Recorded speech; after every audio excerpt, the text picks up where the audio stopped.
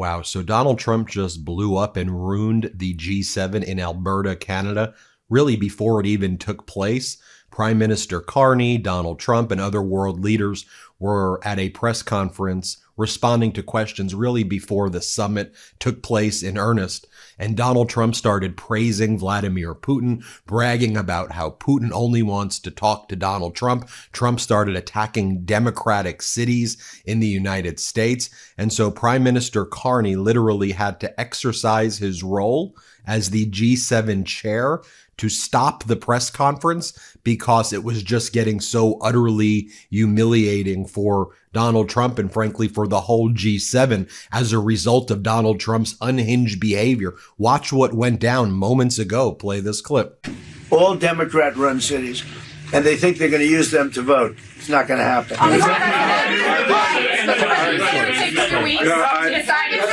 That's it.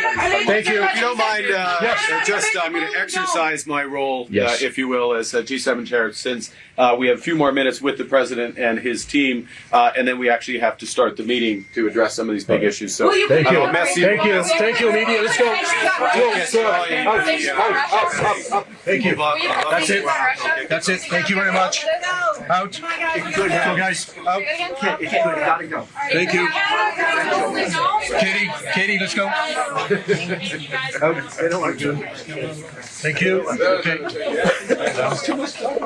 Mr. President, are you seriously considering out? Let's go. Thank you very much. Okay, let's go.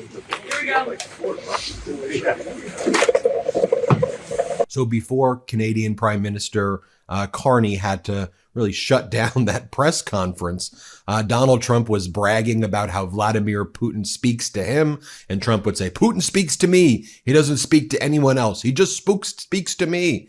Play this clip. China, the biggest economy in the world after the United States. Well, it's not a bad idea. I don't mind that. If somebody wants to suggest China coming in, I think we suggest. But you want to have people that you can talk to. You know, they don't talk. Putin speaks to me. He doesn't speak to anybody else. He doesn't want to talk because he was very insulted when he got thrown out of the G8, as I would be, as you would be, as anybody would be. He was very insulted, and I mean, he was thrown out by Trudeau, who convinced one or two people, along with Obama. He was thrown out, and he's not a happy person about it, I can tell you that. He basically doesn't even speak to the people that throw him out, and I agree with him. Then Donald Trump complains that the G7 used to be the G8, but Trump says that Obama and Trudeau kicked Putin out, and that was very bad. That was the wrong move. Again, like, why would you even need Putin there? Donald Trump is basically doing Putin's bidding for him at the G7 right now, as we warned. Here, play this clip. Together very well. I look forward to that. The G7 used to be the G8. Barack Obama and a person named Trudeau didn't want to have Russia in. And I would say that was a mistake, because I think you wouldn't have a war right now if you had Russia in. And you wouldn't have a war right now if Trump were president 4 years ago. But it didn't work out that way. But it used to be the G8, and now it's, I guess, what's that, 8 years ago, it switched over. They threw Russia out, which I claimed was a very big mistake. Even though I wasn't in politics then, I was very loud about it. It was a mistake in that you spend so much time talking about Russia, and he's no longer at the table. So it makes life more complicated. But you wouldn't have had the war. Other than that, I think we're going to accomplish a lot. Then Donald Trump attacked the people in LA. He said those people in LA weren't really from LA. They really weren't from California. Here, play this clip. Why are you ordering ICE to target Democratic inner cities? What's behind that? I don't know what you're saying. You did a post last night where you said you want ICE to really target Democratic. Yeah, I want them to focus on the cities, because the cities are where you really have what's called sanctuary cities, and that's where the people are. I look at New York. I look at Chicago. I mean, you got a really bad governor in Chicago and a bad mayor, but the governor's probably the worst in the country, Pritzker. But I look at how that city has been overrun by criminals, and New York and L.A. Look at L.A. L.A. Those people weren't from L.A. They weren't from California. Most of those people, many of those people, and that's a focus. Biden allowed 21 million people to come into our country. of that vast numbers of those people were murderers, killers, people from gangs, people from jails. They emptied their jails out into the U.S. Most of those people are in the cities, all blue cities, all Democrat-run cities, and they think they're going to use them to vote. It's not going to happen.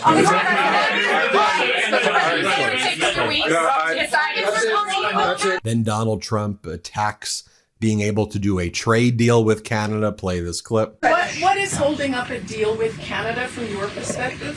It's not so much holding up. I think we have different concepts. I have a tariff concept, and Mark has a different concept, which is something that some people like. But we're going to see if we can get to the bottom of it today. I'm a tariff person. I've always been a tariff. It's simple, it's easy, it's precise, and it just goes very quickly. And I think Mark has a more complex idea, but also very good. So we're going to look at both, and we're going to see what we're going to come out with something, hopefully. Yeah, so just a complete disaster already at the G7 as Donald Trump came there in completely normal form for him, which is entirely unhinged. Before he got there as well, the Trump regime was leaking false information about the European Union and about the European Commission making a trade deal with the United States. The European Commission had to respond and say that the European Commission says that reports suggesting that the EU has accepted a U.S. tariff of 10% are speculative and do not reflect the current state of discussions. The European Commission says the EU has from the start objected to unjustified and illegal U.S. tariffs. And again, that was right as the G7 was about to start, and Trump went on that unhinged rant there as well. Last night, Donald Trump posted the following heading into the G7. He said that he was going to use ICE and Department of Homeland Security resources and others to specifically target, he says, Democratic cities. He calls them Democratic power centers. He says that the radical Democrats are sick of mind and turning everything trans. He says the Democrats want transgender for everybody. And as a result, Donald Trump says that they need to escalate the actions of ICE going after migrants, specifically only in, and he says, Democratic cities that he lists right here. And he goes on to talk about Los Angeles, Chicago, and New York, he says. He goes, these and other such cities are the core of the Democratic power center, where they use illegal aliens to expand their voter base, cheat in elections, and grow the welfare state, robbing good-paying jobs and benefits from hardworking American citizens. He goes on to talk about how you don't see any problems in the heartland, he says. You don't hear about sanctuary cities in the heartland. I want our brave ICE officers to know real Americans are cheering you on every day. Let's be very clear, Donald. You know that California has the fourth largest GDP, not just in the United States, in the entire world. If California was a country, all of those red states, by and large, are literally failed states. They are taker states. They take money from the federal government that comes from California for them to survive. So don't you spread these lies and disinformation. But again, Donald Trump posted that heading into the G7. While the G7 was taking place and Donald Trump was whining and complaining that Vladimir Putin was no longer in the G7, as you heard, and that he wants there to be a G8, you had Eric Trump, Donald Trump's kid, bragging about how the Trump family just launched something called Trump Mobile, and they are going to be making cell phones that will revolutionize the world. So it puts in added context now Donald Trump's attacks on Apple, as now the Trump family is making their own cell phones right now to grift off of their supporters. Play this clip. This morning, you've got an announcement on a new phone. Tell me about that and what you're looking to, quote unquote, correct here. Yeah. Well, you know what, Maria, more and more we're using technology as a company, right, to correct the problems. Obviously, Truth Social was to correct for freedom of speech, right? I mean, he lost his throughout the political process. Obviously, crypto, and we got the biggest projects in crypto, was to correct another problem, which is the fact that they were debanking all conservatives. I was the most canceled person probably in the history of the country. And now we're doing Trump Mobile, and Trump Mobile is going to revolutionize cell phones, mobile calling. We're going to do it better. We're going to do it safer. We're going to have more functionality, more features. And the coolest thing about all these ventures is we're doing it right here in the United States. You're not calling up call centers in Bangladesh. You're not, you're doing it right out of St. Louis, Missouri. And you're going to have phones that are made right here in the United States of America. And it's going to be cheaper, $47 a month. You're going to have more international dialing for free, hundreds of countries, international dialing for free. It is the biggest bang for the buck, and we're really excited to get into the space. I mean, when you take kind of technology, obviously real estate's always been our bread and butter, but when you take the technology world between the social platforms, the actual hard devices, which is really what Trump Mobile is, and then kind of the true retail banking, CeFi, DeFi, worlds of cryptocurrency, which is no question where the world is going. I really believe we're going to have one of the great kind of tech platforms as part of the Trump organization of any company in the world, and I couldn't be more proud of Trump Mobile. So then again, Eric Trump was on all of the different networks and right-wing podcasts this morning, and he admits that the Trump phones are not currently made in the U.S., but eventually the Trump phones will be built in the USA, he says. Play this clip. We're doing the same thing with Trump Mobile right now. I'm incredibly excited. You can build these phones in the United States. Our customer service is in the United States. It's in St. Louis, Missouri. We can add more functionality. We can do it cheaper. We can do it better. And eventually all the phones can be built in the United States of America. We have to bring manufacturing back here. And so our ethos is, build for Americans, by Americans, do it cheaper, do it better.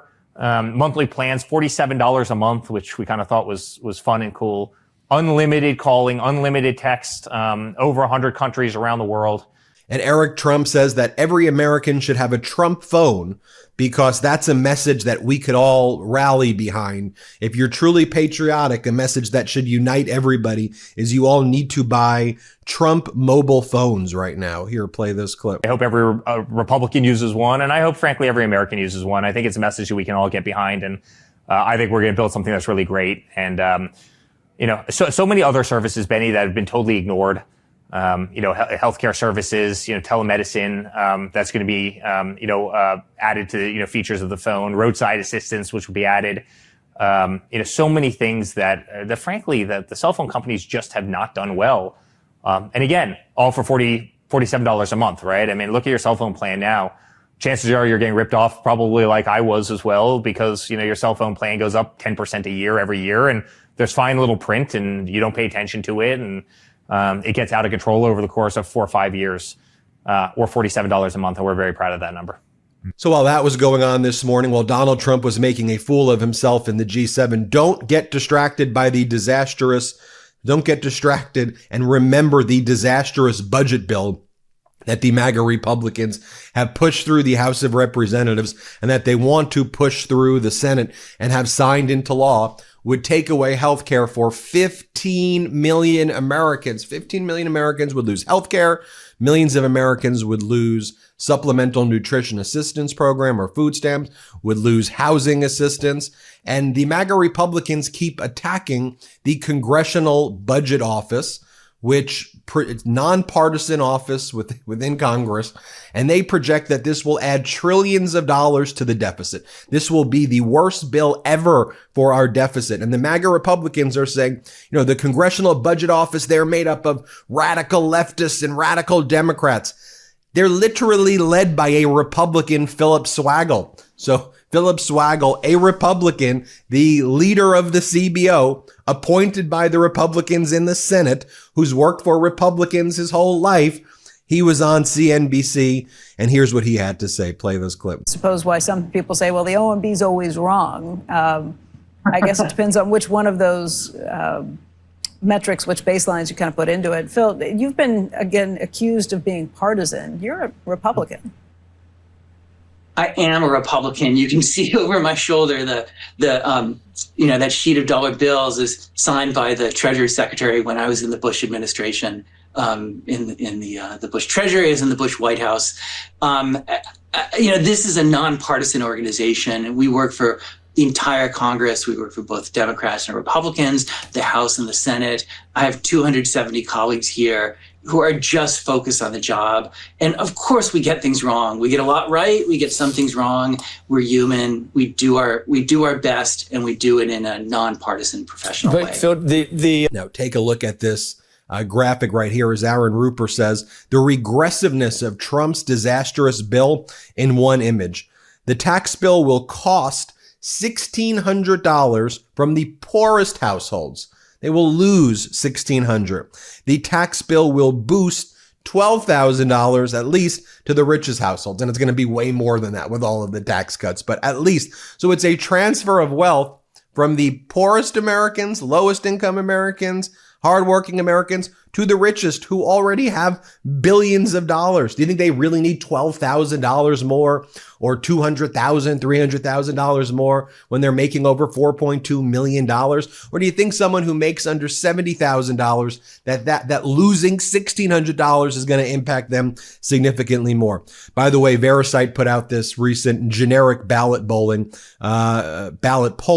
which has Democrats up 45% to 37%. And let me leave you with this too, because I just want to share with you, I think, what maniacs these MAGAs are. I'm going to do a whole Substack post of it later. So go to MidasPlus.com and subscribe to our Substack. But these disgusting MAGAs posted a photo of me and my family at the protests in Pasadena. You see me right there with my wife and our daughter right there. And this disgusting MAGA influencer named Terrence William said this about my 8-month-old daughter. He says, "Poor kid didn't choose her parents." Posted a photo of my daughter and me and my family, these MAGA influencers. And all these MAGA influencers have spent this morning saying the following about my daughter: "The poor girl will be a he within a few years. That's a future trans. Poor kids. These people taking infants to something that easily turns violent is child abuse. He's obviously a pussy, and she either has a boyfriend or she has cock and balls. Sad, doesn't have a chance in life. Child abuse, sad." These are disturbed human beings, these MAGAs. They are actually sick and disgusting and disturbed human beings. Don't lose your joy. Don't lose your empathy. Don't lose your happiness, because these sickos, these MAGA sickos, I'm not trying to make them join our pro-democracy movement of love and joy. Let them stew in their world of vile filth and hate. Seriously, screw those pieces of shit.